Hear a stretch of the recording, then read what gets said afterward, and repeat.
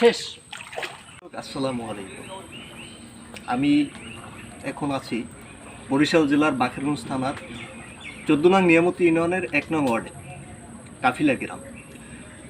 এই কাফিলা গ্রামে খুবই জনগণের দুর্ভোগ, যেই দুর্ভোগ বছরের পর বছর, আসলে বছরের পর বছর না, শত শত বছর ধরে এই দুর্ভোগ কিন্তু আর শেষ নেই।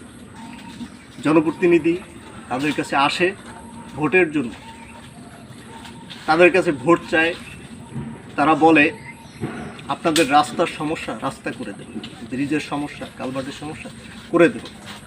কিন্তু সেই জনপ্রতিনিধি যখন ভোট পেয়ে যখন তারা নেতা হয়ে যায়, জনপ্রতিনিধি হয়ে যায়, তখন কিন্তু তারা সেই জনগণের আর কোনো খোঁজ নেয় না। দর্শক, আজ আমি অদম আপনাদের সামনে একটা ভিডিও নিয়ে হাজির হয়েছি। গতকালকে একটি প্রতিবেদন করছিলাম, যে প্রতিবেদনে আপনারা দেখেছেন এক মায়ের বয়সী খালা কত কষ্ট করে, তার কিন্তু কোমর পর্যন্ত ভিজে গেছে।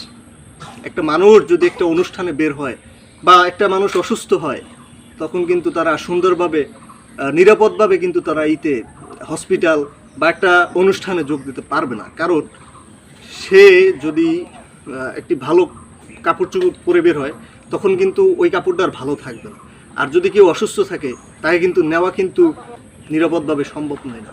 যাই হোক, এখন আপনাদেরকে আমি এটাই বলতে চাই, আপনারা ভিডিওটা একটু বেশি বেশি করে শেয়ার করেন। আমি আপনাদেরকে একটু মোটামুটি যতটুকু পারি ভিডিওতে তো দেখলে ভিজিট করে দেখে যাবেন যে এই জনগণগুলা এই রাস্তাটা কিন্তু বেশি ইয়েও না, লংও না, মাত্র 1/2 কিলোমিটার জায়গা এই রকমের হওয়া, এবং এলাকার কোনো রাস্তা এরকমের তলায় যায় না।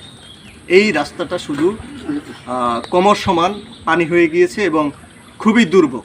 জনগণ খুবই মর্মাহত। প্রত্যেকটা বছর এই বৃষ্টির দিন আসলেই তাদের দুঃখ শুরু হয়ে যায়। তারা আতঙ্কে থাকে, যদি কেউ অসুস্থ হয় হসপিটালে নেওয়া কিন্তু তাদের জন্য নিরাপদভাবে সম্ভব না। যাই হোক, আপনারা একটু বেশি বেশি করে ভিডিওটা শেয়ার